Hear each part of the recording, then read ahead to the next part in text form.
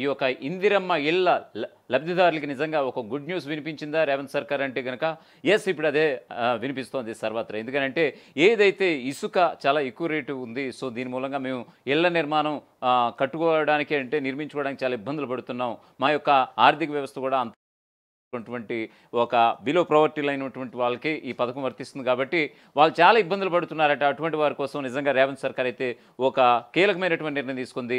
Yes నియోజకవర్గాల వారీగా మండలాల వారీగా అందుబాటులో ఉండేలాగా ఎస్ ఖచ్చితంగా ఇసుక బజార్స్ని ఇప్పుడు తెర మీదకి తీసుకొచ్చి అత్యంత చౌక ధరలు, ఇప్పుడు చౌక ధరల్లో ఎటువంటి తక్కువ రేటుకే ఈ యొక్క రేషన్ సరుకులు అందుతాయో ఇటువంటి ఇసుక బజార్ పేరిట ఇసుకను కూడా చౌకగా అందించి వాళ్ళ యొక్క ఇంటి నిర్మాణంలో నిజంగా పరోక్షంగా భాగస్వాములు కూడా కాబోతోంది.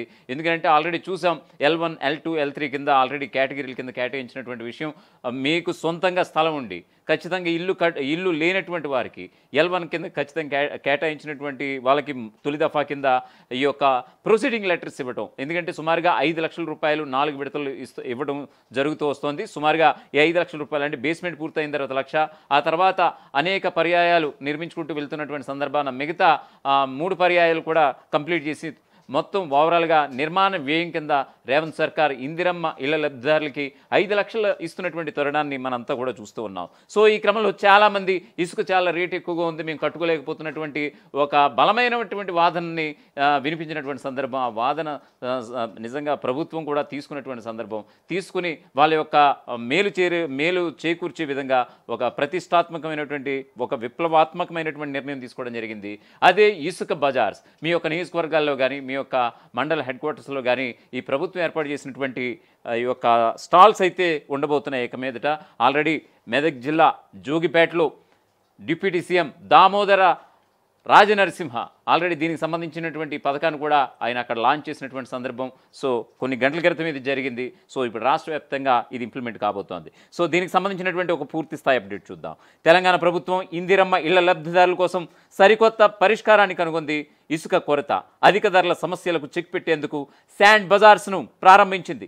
మంత్రి దామోదర రాజనరసింహ జోగిపేటలో దీన్ని ప్రారంభించి లబ్ధిదారులకు సబ్సిడీ ధరకి ఇసుకను అందిస్తామని వెల్లడించారు. దీనివల్ల లబ్ధిదారులకు వేలల్లో ఆదా అవుతుంది.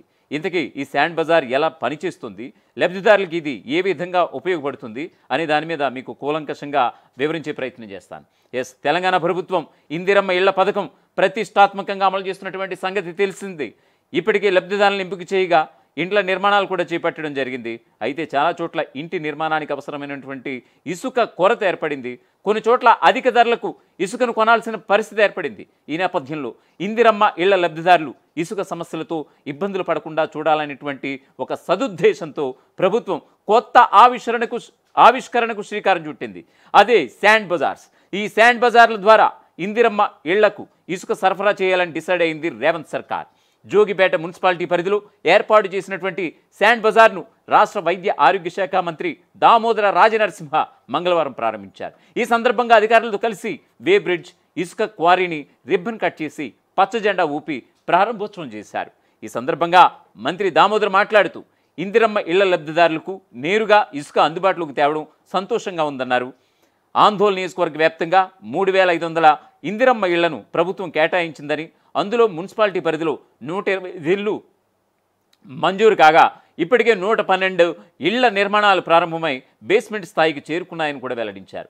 ఇండ్ల నిర్మాణానికి అవసరమైనటువంటి ఇసుకను ఒక్కో లబ్ధిదారునికి 40 మెట్రిక్ టన్నులు సబ్సిడీ ధరలు అందిస్తామని కూడా స్పష్టం చేశారు.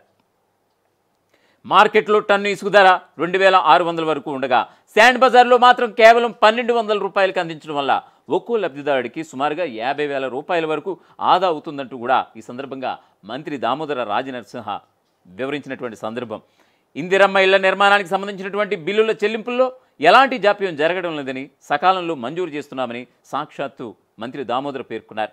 లబ్ధిదారులు ఇసుక కోసం బయట తిరగాల్సిన అవసరం లేకుండా నేరుగా బజార్ వద్ద నుంచి సులభంగా పొందగలరని గుర్తు చేస్తున్నారు.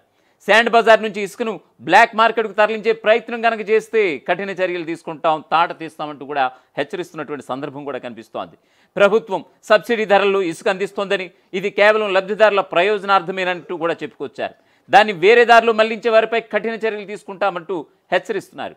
ఇందిరమ్మ ఇళ్లు ఇప్పటి వరకు మంజూరు కాని అర్హులైనటువంటి కుటుంబాలకు త్వరలోనే కొత్తగా ఇళ్ల కేటాయింపులు చేస్తామంటూ కూడా మంత్రి హామీ ఇచ్చారు. అయితే చాలామందికి ఒక డౌట్ ఉంటుంది, మాకు కూడా ఇందిరమ్మ ఇళ్ల పథకం కింద మాకు కూడా వస్తే బాగుండు, ప్రభుత్వం నుంచి 5 లక్షలు వస్తే కనుక మేము కూడా ఇల్లు కట్టుకునే వాళ్ళం అనేటువంటి వాళ్ళకి ఖచ్చితంగా ఇప్పుడు తొలి వెలుగు అయితే ఈ ప్రభుత్వం నుంచి విడుదలైనటువంటి గైడ్లైన్స్ కూడా మరోసారి వివరించే ప్రయత్నం చేస్తోంది. లబ్ధిదారుడు విధిగా దారిద్ర్య రేఖకు అంటే బీపీఎల్ బిలో ప్రావర్టీ లైన్కు దిగువన ఉన్నవారే ఉండాలి. రేషన్ కార్డు ఆధారంగా లబ్ధిదారుడి ఎంపిక ప్రక్రియ ఉంటుంది. లబ్ధిదారుడికి సొంతంగా ఖాళీ స్థలం ఉండాలి లేదా ప్రభుత్వమైన స్థలం ఇచ్చి ఉండాలి. గుడిసె గడ్డితో పైకప్పు నిర్మించినటువంటి ఇళ్ళు అలాగే మట్టి గోడలతో నిర్మించిన తాత్కాలిక ఇల్లున్నా సరే వారు కూడా ఈ పథకానికి అర్హులే. అద్దెంట్లో ఉంటున్నా కూడా ఇందిరమ్మ ఇళ్ల పథకానికి కూడా అర్హులే. వివాహమైన ఉమ్మడి కుటుంబంలో ఉంటున్నా లబ్ధిదారుడిగా ఎంపిక చేస్తారు. ఒంటరి మహిళ వితంతు మహిళలు కూడా లబ్ధిదారులే. లబ్ధిదారుడు గ్రామం లేదా మున్సిపాలిటీ పరిధి వారై ఉండాలి. ఇక ఇళ్ల మంజూరు మార్గదర్శకాలు ఇవే అన్నట్టుగా మనం ఇప్పటివరకు చెప్పుకోవచ్చు. ఇక ఇందిరమ్మ ఇంటిని మహిళల పేరు మీదే మంజూరు చేస్తోంది ప్రభుత్వం. గ్రామ వార్డు సభల్లో ఆమోదం పొందాకే లబ్ధిదారులను సాక్షాత్తు కలెక్టర్ ఎంపిక చేస్తారు. లబ్ధిదారుల జాబితాను ముందుగా గ్రామ సభలు ప్రదర్శించాక సమీక్షించి ఆ తర్వాత ఫైనల్ చేస్తారు. జిల్లా ఇన్ఛార్జి మంత్రిని సంప్రదించి జిల్లా కలెక్టర్ ఇంటిని మంజూరు చేస్తారు. జిల్లాల్లో కలెక్టర్, గ్రేటర్ హైదరాబాద్లో కమిషనర్ ఎంపిక చేసినటువంటి బృందాలు లబ్ధిదారుల అర్హతలను క్షేత్రస్థాయిలో పరిశీలిస్తాయి. 400 చదరపు అడుగుల్లో మాత్రమే ఇంటి నిర్మాణం చేపట్టాలి. కిచెన్ ఉండాలి, బాత్రూమ్ ప్రత్యేకంగా ఉండాలి. ఆర్సీసీ రూఫ్తో ఇంటిని నిర్మించుకోవాల్సి ఉంటుంది.